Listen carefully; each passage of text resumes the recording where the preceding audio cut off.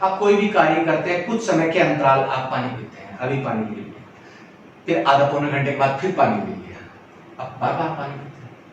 इन पौधों को भी पानी पीना पड़ता है, इन पौधों को भी पानी पीना पड़ता है। और ये पानी दो तरीके से पीते हैं। एक तो ये बड़े बड़े दुआएं करते हैं, भगवान मुझे पानी दो पानी दो, तब वर्षा होती है। पता नहीं करते हैं कि नहीं, दुआ करते हैं कि नहीं, लेकिन जब वो प्राकृतिक रूप से वर्षा होती है तब पौधे को पानी मिलता है। और आपने देखा होगा जिस दिन बारिश होती है उससे नेक्स्ट डे ही पौधे की पत्तियां काफी चमकीली दिखाई देती हैं, ग्रीन कलर में खिला खिला सा पौधा नजर आता है। दूसरा तरीका है, किसान ने अपनी खाद्य जरूरतों को पूरा करने के लिए जो फसली पौधे बोए हैं, तो किसान खुद ध्यान रखता है कि खेत के अंदर जो पौधा है उसको कब और कितने समय बाद पानी दिया जाना चाहिए। तो फसली पौधों को एक निश्चित अंतराल के बाद पानी देना ही क्या कहलाता है? सिंचाई कहलाता है। अगला चरण क्या था? फसली पौधों को एक निश्चित अंतराल के द्वारा पानी देना ही क्या कहलाता है? सिंचाई कहलाता है। सिंचाई के स्रोत कौन हो सकते हैं? यानी पौधों को जो पानी दिया जाना है वो पानी कहां से हो सकता है? नदियों से, नहरों से, तालाबों से, कुओं से, नलकूपों से। एक शब्द है नलकूप। ऐसा कुआं जिसके अंदर पाइप के द्वारा और ऊपर या उस पाइप के नीचे पानी की सतह के ऊपर मोटर पंप से पानी को खींच के बाहर निकाला जाता है, उसे नलकूप कहते हैं। जैसे आपने देखा हो आपके घर के अंदर एक पानी का टैंक बना हुआ है, जमीन के अंदर बना दिया, ऊपर से पानी के खींचने वाली मोटर लगा दी, ठीक है। मान लो वो पानी का टैंक है, कुआं है और उसके ऊपर मोटर लगी हुई है, तो मोटर वाला कुआं है ना। तो इसी प्रकार से किसान जब खेत के अंदर से जो कुएं बनाता है उनके ऊपर मोटर लगा देता है तो और उस पानी को बाहर खींचता है, तो उसे नलकूप कहते हैं। तो पानी में सिंचाई के स्रोत कौन होंगे? अभी बताए, तालाबें हैं, नदियां हैं, झीलें हैं, अलग अलग स्थानों पे अलग अलग होते हैं, ठीक है। नलकूप है ये होंगे। और प्राकृतिक स्रोत में वर्षा भी आती है। लेकिन अब जब इन स्रोतों से पानी के जो स्रोत हैं इनसे किसान जब पौधे को या फसली पौधों को पानी देता है एक निश्चित अंतराल के बाद, कौन सा तरीका अपनाता है ना? वो तरीके दो प्रकार के, एक है पारंपरिक तरीके, दूसरे हैं आधुनिक तरीके। पारंपरिक तरीके क्या होते हैं? मनुष्य स्वयं अपनी मैन पावर का प्रयोग करके काफी लंबे समय से, शुरुआत से ही जब से पौधों को अंदर जो पानी डालता है, सिंचाई कर रहा है, उन तरीकों को पारंपरिक तरीके कहते हैं, जो लंबे समय से बने आ रहे हैं, किसान के द्वारा प्रयोग किए जा रहे हैं। उन पारंपरिक तरीकों में कौन हो सकता है? एक मोट है, चैन पंप है, ढेकली है, रहट है, नालियां बनाकर, क्यारियां बनाकर। तो सिंचाई के जो तरीके, पारंपरिक तरीके कौन है बच्चों? मोट है, चैन पंप है, ढेकली, रहट, नालियां बनाकर, क्यारियां बनाकर। हमारे एनसीईआरटी की बुक के अंदर से मोट, चैन पंप, ढेकली, रहट ये पारंपरिक तरीके दिए हुए हैं। लेकिन इसके अलावा एक दो तरीके ये भी हैं और भी होते हैं, ठीक है। मुख्य तरीकों की बात की है। ये जो पारंपरिक तरीके हैं अलग अलग क्षेत्र में भूमि के बनावट के आधार पर प्रयोग किए जाते हैं। मोट का चित्र आप देख सकते हो बोर्ड के ऊपर, कैसी भूमि पे है, चैन पंप कैसी भूमि पे है, ढेकली कैसी भूमि पे है, इसको कैसे प्रयोग किया जा रहा है, ठीक है। रहट है, कुछ समय तक जब मैं छोटा था स्कूल में जाता था तो हमारे गांव में मैं देखता था गांव के अंदर से खेतों में रहट का प्रयोग किया जाता था, बैल से इसको घुमाया जा रहा है, ठीक है बच्चे। तो ये अलग अलग पारंपरिक तरीके हैं। नालियां बनाकर खेत के अंदर से काफी सारी नालियां बना दी जाती हैं और उनमें पानी छोड़ दिया जाता है। जो नालियां भर जाती हैं तो खेत के अंदर जितने पौधे होते हैं उनमें पानी चला जाता है। अगला जो है क्यारियां बनाकर, आप किसान का जो खेत होता है उसको छोटी छोटी क्यारियों में बांट देता है। एक बार पानी एक क्यारी में छोड़ देता है, जब वो भर जाती है तो दूसरी क्यारी में, फिर तीसरी क्यारी में, इस तरह से डाल देता है। लेकिन इन सभी पारंपरिक तरीकों में आपने क्या देखा, मैन पावर की जरूरत होती है, किसान को ज्यादा मेहनत करनी पड़ती है और पानी भी ज्यादा प्रयोग हो रहा है। ठीक है, ये सारे जो तरीके हैं अलग अलग क्षेत्र से, भूमि की बनावट पे, अगर ऊंची नीची जमीन है, टिबेदार जमीन है, बालू मिट्टी की, उनमें अलग तरीके का हो रहा है, इनमें अलग होगा। ठीक है, नालियां समतल जमीन में, क्यारियां इत्यादि है समतल जमीन वाले क्षेत्र में प्रयोग की जाती है।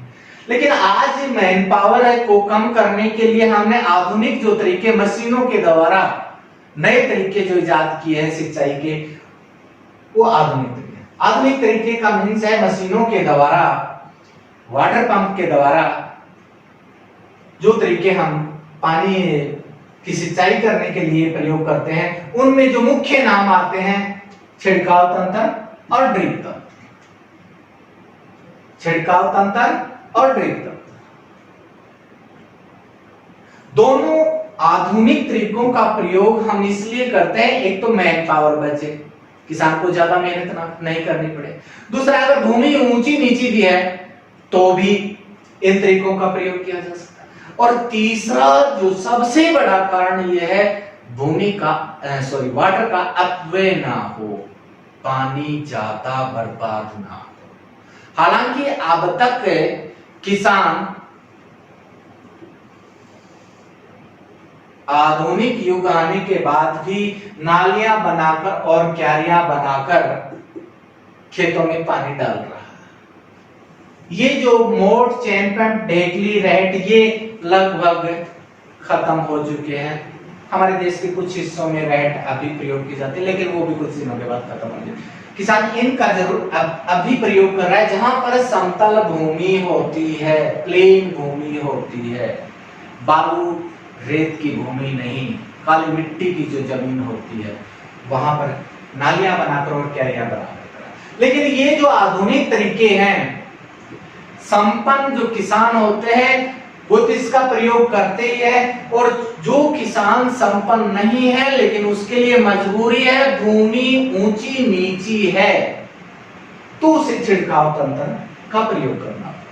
इसमें क्या होता है, मोटर पंप लगी होती है, उसके साथ पाइप हैं, धातु से बने या प्लास्टिक के बने पाइप, उनमें से पानी बह के खेत में जाता है, और जो पाइप होता है उसके एक सिरे के ऊपर, यहाँ पर अगले पाइप के अगले सिरे पे फवारा लगा होता है। जब पानी इन पाइपों में से पहुंचता है, मोटर पंप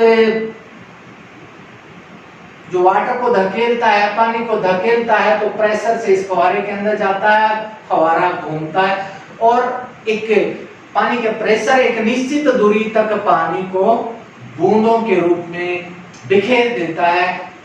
ऐसा प्रतीत होता है कि खेत के अंदर बारिश हो रही हो, वैसी बारिश, कृत्रिम बारिश, आर्टिफिशियल बारिश हो रही हो। तो छिड़काव तंत्र विधि मुख्यतः उन क्षेत्रों में प्रयोग की जाती है जहां भूमि ऊंची नीची हो। नालियां बनाकर और क्यारियां बनाकर वहां पर पानी पौधों, फसली पौधों को देना है या सिंचाई करना है, वहां पर संभव नहीं है, तो वहां पर छिड़काव तंत्र का प्रयोग किया जाता है। ठीक है बच्चों, अगला तरीका है बच्चों ड्रिप तंत्र। आज का सबसे बेस्ट आधुनिक सिंचाई का तरीका है ड्रिप तंत्र, जिसे हम टपका विधि भी कहते हैं। इसमें क्या होता है, जहां से पानी का स्रोत है वहां से मोटर पंप, वाटर जो पंप है वो पानी को उठाता है, एक पाइप के द्वारा खेत तक जाता है और खेत में वहां पहुंचाकर उस जो मेन मुख्य जो पाइप है उसके साथ में छोटे छोटे पाइप और डाल दिए जाते हैं, और उन छोटे छोटे पाइप में समान दूरी पे छोटे छोटे छिद्र बना दिए जाते हैं, और वो जो पतले पतले पाइप्स हैं, पतली पतली जो नालियां हैं, प्लास्टिक जैसे पाइप की जो बनी है भूमि के अंदर दबा दी जाती है, फसलों के पौधों की जड़ों के पास से या जड़ों के पास से बिछा दी जाती है, दबाई नहीं तो, ठीक है।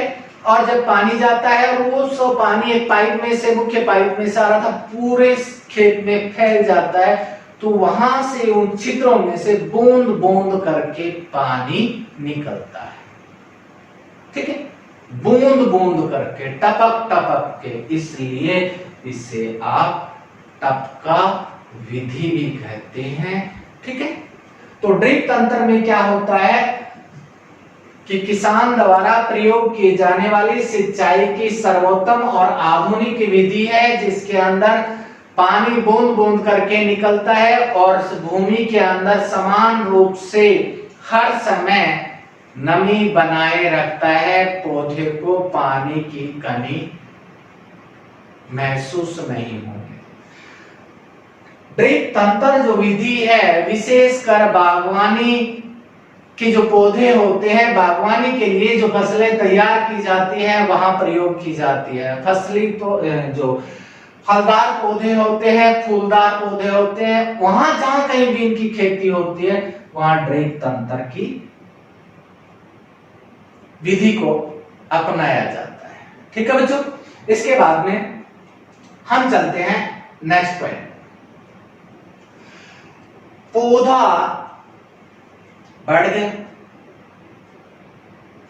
पोषक तत्व मिले, वृद्धि तो करेगा, उसको प्यास लगी, प्यास बुझाने के लिए हमने सिंचाई की, और सिंचाई के बाद में जब पौधे के अंदर है, जब खेत के अंदर वो पौधा बढ़ रहा है, पोषक तत्व उसको मिल रहे, हमारे खेत के अंदर हमने जो पौधे उगाए थे उसके साथ में कुछ अनावश्यक पौधे भी जो हम नहीं चाहते हमारे खेत में पैदा हो, अपने आप पैदा हो जाते, ठीक है। खेत के अंदर जो पौधे हमने उगाए थे वो फसल है, और फसल के साथ जो बेकार के अनावश्यक जो पौधे पैदा हो जाते हैं उसे हम खरपतवार कहते हैं। खरपतवार क्या है? फसली पौधों के साथ खेत में जो अनावश्यक पौधे पैदा हो जाते हैं, उगाते हैं, उन्हें खरपतवार कहते हैं। जैसे बथुआ है, चौलाई है ना, इस तरह के जो पौधे हैं वो कौन है? अनावश्यक पौधे।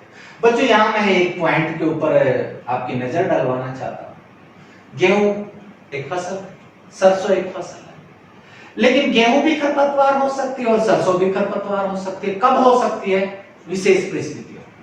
अगर आज हमने हमारे खेत के अंदर सिर्फ और सिर्फ सरसों की खेती की हुई है, सरसों नाम के पौधे की फसल को बोया गया है, लेकिन उस खेत के अंदर कुछ गेहूं के दाने गलती से गिर गए, कुछ पौधे गेहूं के वहां पैदा हो गए, आप खेती किसका करना चाहते हैं? गेहूं, सरसों की, है ना। अगर उसमें गेहूं मिला दिए जाए, हालांकि गेहूं भी एक फसल होती है, लेकिन हमने नहीं चाहा था कि गेहूं वहां होंगे, और अब वो पौधे, आज वो गेहूं वहां खरपतवार के रूप में, ठीक है बच्चों। ये तो हो सकता है इसलिए बताया, लेकिन आमतौर पे किसान क्या करता है, जो खेती करता है वो उन्हीं बीजों को डालता है, गेहूं के बीज वहां नहीं डलेंगे, ठीक है, इसलिए गेहूं इत्यादि सरसों में नहीं उगेंगे, लेकिन फिर भी गलती से जला जाता है तो वो खरपतवार ही कहलाता है। तो खरपतवार जो पौधे, जो अनावश्यक पौधे होते हैं खेत के अंदर, वो क्या करेंगे? जो फसली पौधों को नुकसान पहुंचाएंगे। कैसे? भूमि से पोषक तत्वों को निकाल के वो बांट देंगे और फसली पौधों के पास में पोषक तत्वों की कमी हो जाएगी। तो इसलिए इन खरपतवार को खेत से बाहर निकालना भी जरूरी है। खेत में से खरपतवार को बाहर निकालना, उखाड़ना ही क्या कहलाता है? निराई कहलाता है। हमारा अगला चरण बनता है निराई। निराई क्या है? फसली पौधों के साथ जो अनावश्यक या अवांछनीय जो पौधे उगाए हैं, जिन्हें खरपतवार कहते हैं, उनको खेत से बाहर निकालना, उखाड़ना ही क्या कहलाता है? निराई कहलाता है। निराई कैसे की जाए, यानी खरपतवार को कैसे खेत से बाहर किया जाए? इसके 3 तरीके हैं बच्चों, 3 विधियां। एक है यांत्रिक विधि, दूसरी रासायनिक विधि, तीसरी है जैविक विधि, ठीक है। कितनी विधियां? 3 विधि, यांत्रिक विधि, रासायनिक विधि, जैविक विधि। यांत्रिक विधि को समझिए पहले।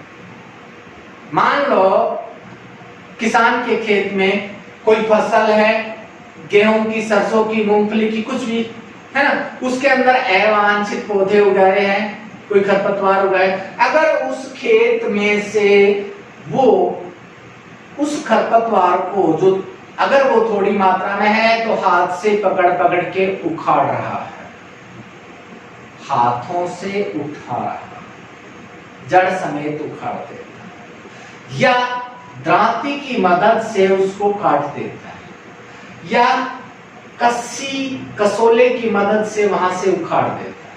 अगर ज्यादा बड़ा खेत है, किसान संपन्न है, उसके पास कृषि के उपकरण भी आधुनिक है, तो वो कल्टीवेटर की मदद से भी वहां से उस खरपतवार को उखाड़ सकते। यानी कृषि यंत्रों की सहायता से अगर खरपतवार को खेत से हटाया जाता है तो उस विधि को यांत्रिक विधि कहते हैं। यांत्रिक विधि क्या है? कृषि यंत्रों की सहायता से खेत के अंदर से खरपतवार को हटाना यांत्रिक विधि कहलाती है। यांत्रिक विधि हाथों के द्वारा भी की जा सकती है और कृषि यंत्रों की सहायता से भी की जा सकती है, लागू की जा सकती है। अगली जो निराई की जो विधि आती है बच्चों, वो रासायनिक विधि है। कौन सी विधि है? रासायनिक विधि। इसको एक थोड़ी छोटे से एग्जांपल के द्वारा मैं क्लियर करने की कोशिश करता हूं। एक परिस्थिति देता हूं आपके घर के। आपके घर में मच्छर पैदा हो गए हैं, आपका जो सोने का रूम है, जो स्टडी रूम है, उसमें मच्छर पैदा हो गया, वहां मच्छर आता है, आपको बार बार परेशान कर रहा है, कभी कान के साथ से काट लेता है, कभी हाथ पे काट लेता है, कभी पैर पे, आपके पास आता है, हाथ से उसको मार देते हो, है ना, हाथ से मार देते हो। या आजकल एक रैकेट से आता है, उसमें तारों का जाल होता है, उसमें करंट होता है, उसको आप कर देते हो, करंट से मर जाता है ना। ये कौन है? हाथ से मारा मच्छर को, या उस रैकेट की मदद से मारा, एक यंत्र की मदद से, वो कौन था? यांत्रिक विधि है मच्छर मारने। लेकिन जब आप सोए हुए हो तो आप हाथ कैसे चलाओगे, रैकेट कैसे चलाओगे? और जब मच्छर आपको काटेगा, आपकी नींद खराब हो जाएगी। उस समय आप एक नया तरीका प्रयोग करते हो। मच्छर मारने के छोटे छोटे उपकरण आ रहे हैं। आप इलेक्ट्रिसिटी का जहाँ स्विच होता है, उसके पास में जो प्लग लगता है, उसमें उस मशीन को डाल देते हो, और उस मशीन के अंदर एक छोटी सी बोतल होती है, उसमें केमिकल डाला होता है, और जब वो मशीन चलती है, ऑन होती है, बिजली उसमें जाती है, तो एक लाइट सी जल जाती है, और उसमें से एक स्मेल सी आती है, रसायन की, एक केमिकल की, और वो स्मेल पूरे कमरे में फैल जाती है, और जिससे आपके ऊपर तो इतना प्रभाव तो पड़ता है, लेकिन बहुत कम प्रभाव पड़ता है। आप तो आराम से सोए हुए हैं और मच्छर की गतिविधि खत्म हो जाती है, या तो मच्छर इनएक्टिव होके, बेहोश होके पड़ जाता है, या मर जाता है। वो कौन था? मच्छर को मारने के लिए आपने कौन सी विधि प्रयोग की? रासायनिक विधि। इसी तरीके से खेतों में भी खरपतवार को खत्म करने के लिए कुछ रसायनों का प्रयोग किया जाता है, और खरपतवार को खत्म करने के लिए जिन रसायनों का प्रयोग किया जाता है उन्हें हम खरपतवार नाशी कहते हैं। एक खरपतवार नाशी का मैं एग्जांपल आपके सामने रखूं, 2,4-D। 2,4-D कौन है? एक रासायनिक खरपतवार है, नाशी है। ठीक है, तो खरपतवार नाशी कौन है? एक रसायन है जो खरपतवार नाशी के रूप में प्रयोग होगा। ठीक है, रासायनिक विधि। अब यहाँ क्वेश्चन ये आता है कि 2,4-D है, पौधे को मार रहा है, जो इसके अंदर फसल के अंदर पैदा हो रहा है, वो हमारी फसल को नुकसान नहीं पहुंचा रहा है। उसको जब बनाया गया है, फसलों की प्रकृति के आधार पे देख के ही बनाया गया है। जिस प्रकार से मच्छर मारने की जो दवाई है आपके कमरे में लगी थी, वो आपके शरीर के ऊपर नुकसान नहीं पहुंचा रहा है, मच्छर को तो मार देता है। इसी प्रकार से खरपतवार नाशी, उदाहरण के तौर पे 2,4-D हमने लिया, ये उस खरपतवार को तो खत्म कर देता है, लेकिन फसल को कोई नुकसान नहीं पहुंचाता। तो हमने खरपतवार को हटाने के लिए निराई की दो विधियां, यांत्रिक और रासायनिक विधि कर ली, और तीसरी विधि है जैविक विधि। कुछ कीट होते हैं विशेष प्रकार के पौधों की पत्तियों को ही खाते हैं, ठीक है। जैसे पिछली कक्षा में आपने पढ़ा था बच्चों, रेशम का कीट। रेशम का कीट शहतूत की पत्तियों को खा के रेशम उत्पादन करता है, ठीक है। दूसरा, अगर उसको शहतूत की पत्तियां नहीं मिलती हैं तो वो अरंड जैसे पौधे की पत्तियां खा लेता है और बढ़ता रहता है। लेकिन इस तरह के पौधों से हटा के उन कीटों को अगर मान लो गेहूं के खेत में छोड़ दिया जाए, सरसों के खेत में छोड़ दिया जाए, वो उनकी पत्तियों को नहीं खाएगा, क्योंकि वो इनका भोजन नहीं है ना। वो गिने चुने पौधों की पत्तियों को ही खाता है ना, और तभी जीवित रहता है, नहीं तो वो मर जाएगा भूख से। इसी तरह से कुछ कीट होते हैं जो विशेष प्रकार के पौधों की पत्तियों को ही भोजन बनाते हैं। तो हमारी फसलों के अंदर ऐसे कीटों को छोड़ दिया जाए जो फसलों को तो या फसलों की पत्तियों को तो भोजन नहीं बनाते, लेकिन खरपतवार को भोजन बनाते हैं। तो कीटों के द्वारा खरपतवार को हटाना ही क्या कहलाता है? जैविक विधि कहलाती है।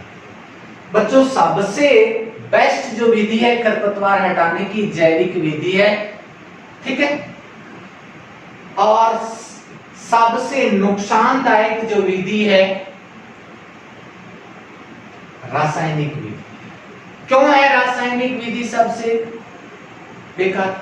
क्योंकि रसायन डालने से खेतों के अंदर खरपतवार को हटाने के लिए खरपतवार के जो पौधे हैं वो तो खत्म हो जाएंगे, लेकिन खेत के अंदर किसान के जो मित्र जो कीट होते हैं, जो पुष्पन काल के अंदर से परागण प्रक्रिया के अंदर से परागण प्रक्रिया के अंदर मदद करते हैं पौधे की, फूलों के स्त्री केसर से पुंकेसर और के बीच में पुंकेसर से स्त्री केसर पर परागकणों का जो स्थानांतरण करने के लिए मदद करते हैं, जैसे तितली है, भंवरे है ना, इनको भी मार देंगे या मार देते हैं, ठीक है। इस वजह से रासायनिक विधि सर्वोत्तम विधि नहीं है, क्योंकि ये किसान के जो मित्र कीट होते हैं उनको भी नष्ट कर देते हैं, दूसरी भूमि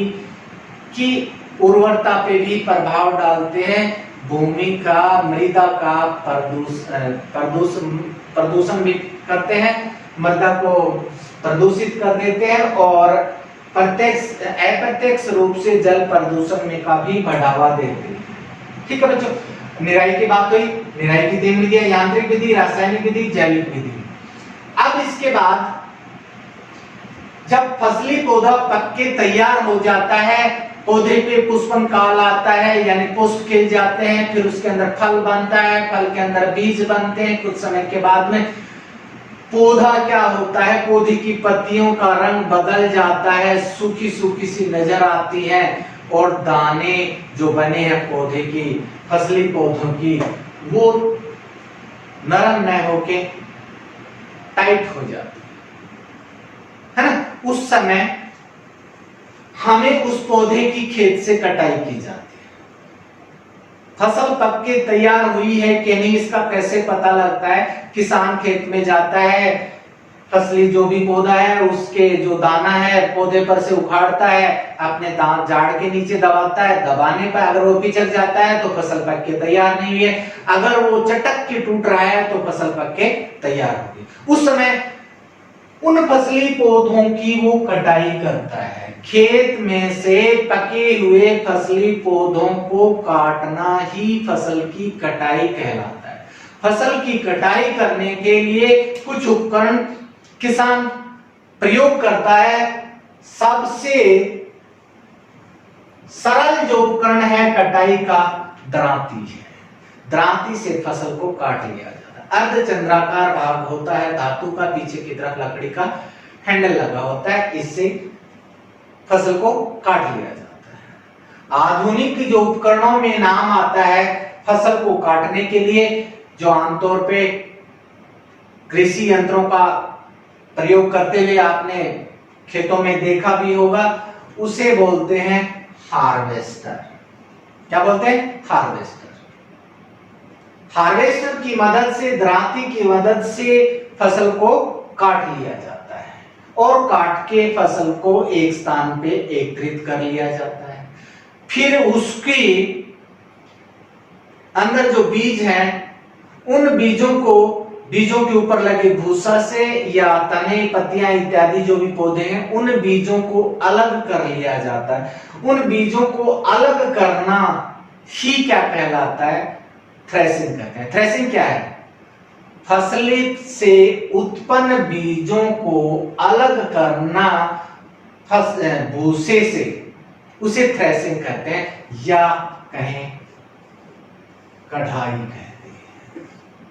क्या कहते हैं? कढ़ाई।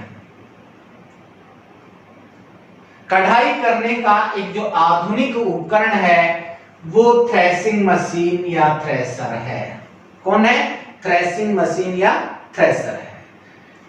आपने देखा होगा थ्रेसिंग मशीन को। आजकल दो तरह की थ्रेसिंग मशीन प्रयोग की जाती हैं। एक तो ट्रैक्टर के साथ में जोड़ दी जाती है और ट्रैक्टर से की सहायता से उस थ्रेसिंग मशीन को चलाया जाता है और वो भूसे को अनाज से अलग कर देता है। भूसा एक अलग ढेर में, अनाज अलग ढेर में। दूसरी थ्रेसिंग मशीन विद्युत की सहायता से भी चलाई जाती है, ठीक है, उससे भी वही कार्य करवाया जाता है जैसे ट्रैक्टर के साथ होता है। लेकिन हमने थ्रेसिंग मशीन की बात की, हार्वेस्टर की बात की। हार्वेस्टर क्या काम करता है? फसल की कटाई का काम करता है।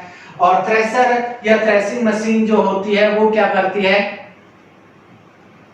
कटी हुई फसल से भूसा अलग करके अनाज के दाने अलग कर देता है। लेकिन एक नई उपकरण और एक नया उपकरण और है जिसका नाम है कॉम्बाइन। किसान के लिए एक वरदान, कॉम्बाइन मशीन। ये मशीन इन दोनों का मिलाने से बनी है। यही कहिए, अगर हार्वेस्टर को प्लस कर दिया जाए थ्रेसर के साथ, इन दोनों को इकट्ठा कर दिया जाए, एक ही मशीन में डाल दिया जाए, तो उसको कंबाइन मशीन कहते हैं। क्या कहते हैं? Combine machine. कंबाइन मशीन एक ऐसा उपकरण है जो फसल को काटता भी है और उसी समय फसल के भूसे से अनाज को अलग भी कर देता है। ठीक है, ये चरण कंप्लीट हो गया। कढ़ाई, थ्रेसिंग, क्लियर है बच्चों? मेरे ख्याल से सब कुछ समझ में आ गया होगा। अब अगले चरण पे लेते हैं। जब फसल खेत में निकाल ली जाती है, भूसे से अलग कर ली जाती है, अनाज के दाने एक ढेर में डाल लिए जाते हैं, वहां पर उसको कोई जानवर या दूसरा मनुष्य भी हो सकता है, उसको नुकसान ना पहुंचाए, उसे सुरक्षित स्थान पे पहुंचा दिया जाए, प्राकृतिक आपदा, बारिश इत्यादि, आंधी तूफान से नुकसान ना हो, तो इसलिए हमें समय पे वहां से उठा के किसान के घर पे भेजना है, या वहां से उठा के किसान जो अनाज की मंडियों में ले जाएगा, खेत से फसल के जो दाने हैं, फसल है या फल है तो फल है, फूल है तो फूल, ये कौन है? फसल है। किसान की फसल को खेत से किसान के घर या मंडी तक पहुंचाने के लिए किसी साधन, किसी परिवहन के द्वारा भेजना ही क्या कहलाता है? ढुलाई कहलाता है। खेत से फसल को जहां पर फसल की मंडियां होती है या फसल का जहां भंडारण होता है, इकट्ठा किया जाना, वहां तक पहुंचाना ही क्या कहलाता है बच्चों? ढुलाई कहते हैं। अगला जो पॉइंट आता है भंडार। भंडार बच्चों, जैसे चैप्टर की शुरुआत फसल से हुई थी। फसल क्या थी? हमने फसल की परिभाषा जो बताई थी, एक ही प्रकार के पौधे विशाल क्षेत्र में उगाया जाना फसल कहलाता है। जब इस पॉइंट पे आते हैं तो इस परिभाषा में एक छोटा सा पॉइंट और जुड़ जाता है। किसान अपनी आर्थिक व्यवस्था या स्वरूप को सुधारने के लिए जब एक ही प्रकार के पौधों को एक विशाल क्षेत्र में उगाता है तो उसे क्या कहते हैं? फसल कहते हैं। जब इस पॉइंट की बात की जाती है तो यहाँ पहुंच जाते हैं। ठीक है, तो किसान अपनी आर्थिक स्थिति को सुधारने के लिए फसली पौधों को एक विशाल क्षेत्र में एक ही प्रकार के पौधों को उगाता है। ठीक है, अब यहां से जो फसल का उत्पादन हो गया, ढुलाई होगी, भंडारण हो गया, किसान के घर के पास आ गया। किसान को जितनी भोजन के रूप में उस फसल की जरूरत होती है उतना वो भोजन अपने घर में रख लेता है। बाद में उस फसली पौधे को बेच के पैसा प्राप्त करता है और उसकी आर्थिक दशा सुधर जाती है। जिन जिन कार्यों में पैसे की जरूरत होती है वहां के लिए पैसा वहां से इस फसल से प्राप्त कर लेता है। ठीक है, जब वो घर में पशु भोजन के रूप में उसका भंडारण करता है तो भंडारण किस रूप में करता है? धातु की टंकियों में। आपने अपने घर के अंदर देखी होगी भोजन के लिए जो गेहूं आपके घर आया है वो किस में डला हुआ जरा देखिए। थोड़ी मात्रा में है तो जूट से बने बोरियां होंगी, है ना, या धातु के बने टीन की बनी टंकियां होंगी, उनमें डाला हुआ है उस फसल को। तो भंडारण धातु की टंकियों में भी किया जाता है। अगर बड़े पैमाने पे भंडारण किया जाना है तो दो विधियां और हैं ये, यानी फसल को साइलों और भंडार घरों में भी भंडारित किया जाता है। बड़े पैमाने पे जहां भंडारण किया जाता है, साइलों में भंडारण से हमारा अभिप्राय है गुंबद के आकार की धातुओं से बनी हुई या दूसरे विशेष प्रकार के प्लास्टिक से बनी हुई एक आकृति होती है, उसके अंदर फसल को डाल दिया जाता है, वायु का संपर्क उससे खत्म कर दिया जाता है ना। उन्हें क्या कहते हैं? साइलों में भंडारण किया जाता है। भंडार घरों में बड़ी बड़ी बिल्डिंग्स बनी हुई हैं, उनके अंदर से लकड़ी के फट्टों से बना एक बेड सा बना हुआ है, उस बेड के ऊपर से बोरियों के अंदर भर के गेहूं को डाल दिया जाता है, सरसों को डाल दिया जाता है, मूंगफली को डाल दिया जाता है, जो भी फसल होती है, और ढेर लगा दिया जाता है। जब जरूरत होगी जिस समय भोजन की वहां से निकाल लिया जाएगा। तो भंडार घरों में भी भंडारण होता है। तो भंडारण किन किन तरीकों से होता है? धातु की टंकियों में, साइलों में, भंडार घरों में। जब भंडार घरों में फसल भंडारित की जाती है वहां भी उसकी सुरक्षा की जरूरत होती है। किसकी जरूरत होती है? सुरक्षा की। हालांकि जब खेत में फसल थी उस समय भी किसकी जरूरत थी? फसल की सुरक्षा की जरूरत थी। अब खेत से फसल निकल के आ गई भंडार घरों में, तब भी फसल की सुरक्षा की जरूरत है। अब इन दोनों को हम साथ डिस्कस करेंगे। जब खेत में फसल खड़ी थी तो उसकी सुरक्षा किससे की जाती है? कुछ कीट फसल को नुकसान पहुंचाते हैं, उन कीटों को मारने के लिए खेतों में विभिन्न प्रकार के रसायनों का छिड़काव करके की जाती है।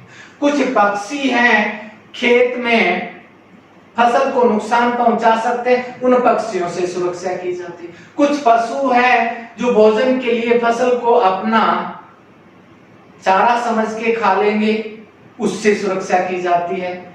कुछ मनुष्य भी फसलों को नुकसान पहुंचा सकता है, स्वयं मनुष्य भी। मान लो फल के खेत खड़े और आप घूमने जा रहे हो तो किसान के खेत में आप घुस जाएंगे, उसके फल तोड़ लेंगे, किसान का तो नुकसान है। यानी पक्षियों, पशुओं, मनुष्य, कीटों इत्यादि से खेत में जो फसल है उस फसल को सुरक्षा देना ही फसल की सुरक्षा कहलाता है। ठीक है, अब सुरक्षा यहां पर दो तीन और जीव हैं, उनकी बात। उन जीवों को हम कृंतक कहते हैं। वो फसल को खाएंगे, उतना तो खाएंगे, लेकिन फिर काट काट के हम उसके टुकड़े करके भी डाल देते हैं। ऐसे जीव जो फसल को कुतर कुतर के टुकड़ों में खराब कर देते हैं, उन्हें हम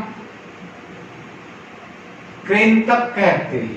क्या कहते हैं? कृंतक। इन कृंतकों में चूहा भी हो सकता है, गिलहरी भी हो सकती है, खरगोश भी हो सकता है, कुछ पक्षी भी हो सकते हैं, ये कृंतक कहलाते हैं। तो कृंतक खेत में फसल को नुकसान पहुंचाने के साथ साथ में जब फसल भंडार घर में आ जाती है, वहां भी कुछ कृंतक होते हैं, वो नुकसान पहुंचाते हैं। और भंडार घर में जो जानवर होता है, जो जीव होता है कृंतक के रूप में, वो होता है जी चूहा। तो भंडार घर के अंदर चूहों से फसल को बचाना है,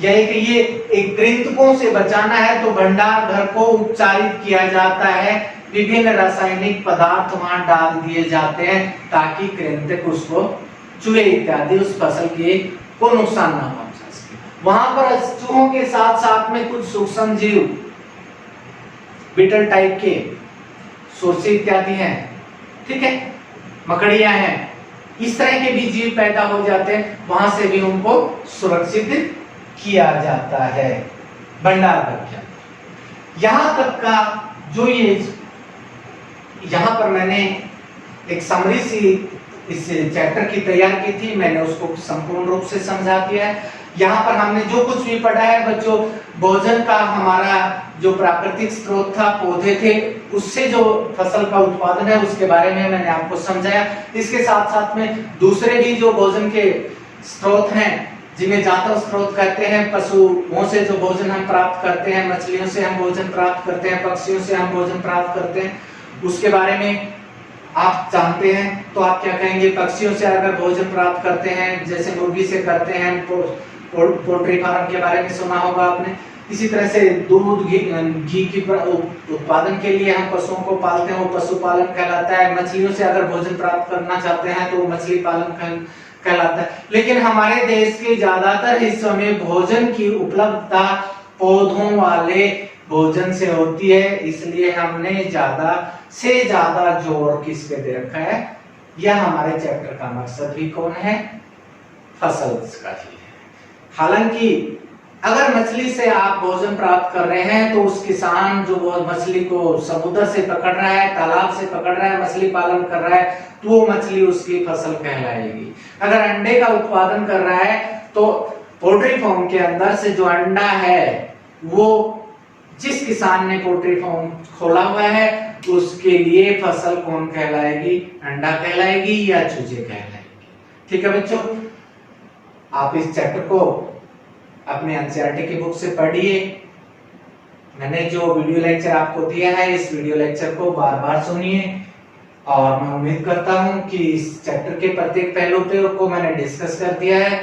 ध्यान रहे, चैप्टर के अंत में कुछ क्वेश्चन आंसर देते हुए हैं आपके एनसीईआरटी की बुक में, उनको भी सॉल्व करिए और अपनी तरफ से भी एक्स्ट्रा क्वेश्चन तैयार कीजिए। इसी के साथ बच्चों थैंक यू, फिर मिलते हैं अगले लेसन में अगले टॉपिक के साथ। Okay bye.